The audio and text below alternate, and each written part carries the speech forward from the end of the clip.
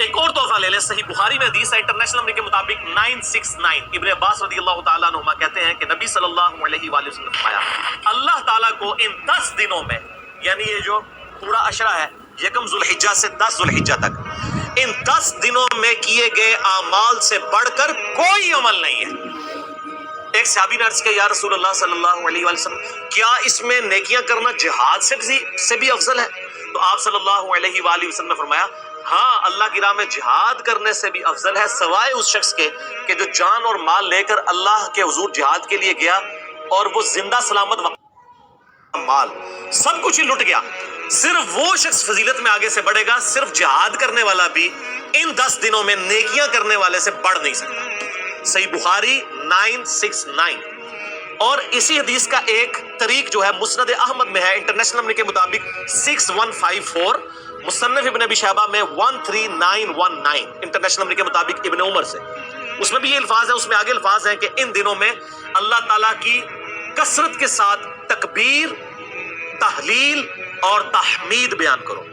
تکبیر کہتے ہیں اللہ اکبر کہنے کو، کسے کہتے ہیں؟ لا الہ الا اللہ کو، اور تحمید حمد بیان کرنے کو الحمدللہ۔ اور یہ دیکھیں ہماری جو تکبیرات جس پہ سنی شیعہ سب کا، پوری امت کا اجماع ہے، جو عملی تواتر سے ٹرانسفر ہوئی ہیں،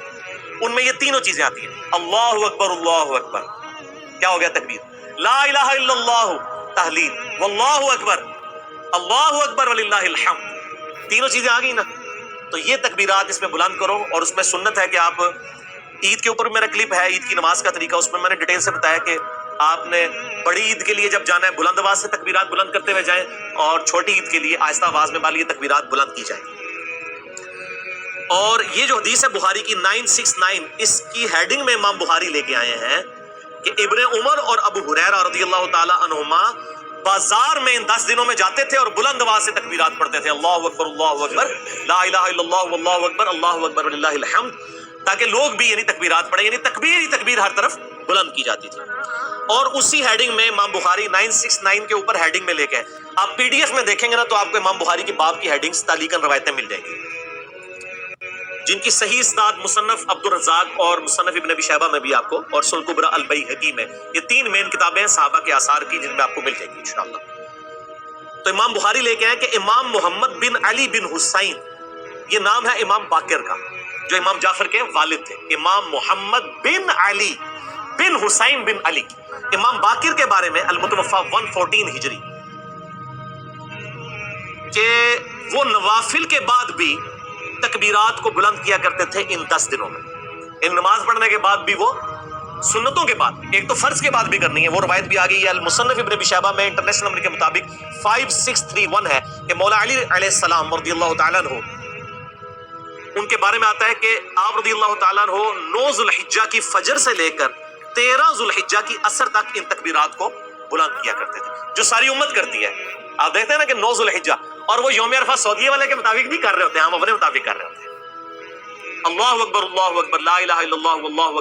اکبر وللہ الحمد، کم از کم ایک دفعہ پڑھیں فرض کے بعد۔ اور امام باقر کے بارے میں آ رہا ہے، امام بخاری لے کے آئے کہ وہ نوافل اور سنتوں کے بعد بھی پڑھا کرتے تھے۔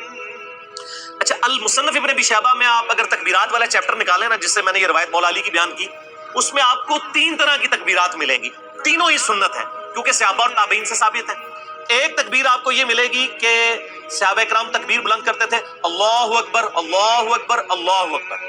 صرف یہ بھی تکبیر بلند کر سکتے، یہ بھی عید کی تکبیرات ہے۔ دوسری تکبیر جو مشہور ہے، اللہ اکبر لا الہ الا اللہ واللہ اکبر اللہ اکبر وللہ الحمد۔ اور تیسری تکبیر بھی ملتی ہے،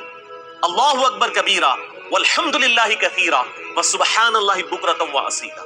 اور یہ جو میں نے آخر میں دعا پڑھی ہے تو صحیح مسلم میں اس کی فضیلت آئی ہے کہ ابن عمر کہتے ہیں کہ ایک شخص نے نبی علیہ السلام کے پیچھے پڑھی تو آپ فرمایا اس کے لیے تو آسمان کے دروازے کھول دیے گئے، اور کہتے ہیں اس دن کے بعد میں نے اس دعا کو کبھی نہیں چھوڑا۔ تو وہ ثنا کے طور پہ پڑھنا بھی اسے سنت ہے، یعنی سبحانک اللہم و بحمدک جو ہم پڑھتے ہیں نا، اس کی جگہ بھی یہ پڑھ سکتے ہیں، اللہ اکبر کبیرہ والحمد للہ کثیرہ وسبحان اللہ بکرۃ واصیلا۔ یہ واؤ کے بغیر بھی ثابت ہے، واؤ کے ساتھ بھی ہے، اللہ اکبر کبیرہ الحمد للہ کثیرہ سبحان اللہ بکرۃ واصیلا، واؤ کے ساتھ ذرا اس میں کنٹینیوشن آ جاتی ہے۔ تو یہ تینوں تکبیرات ثابت ہیں، آپ کوئی سی تکبیر بھی بلند کریں وہ تکبیر ہی شمار ہوگی، اللہ تعالیٰ کی بڑائی کا بیان ہوگا۔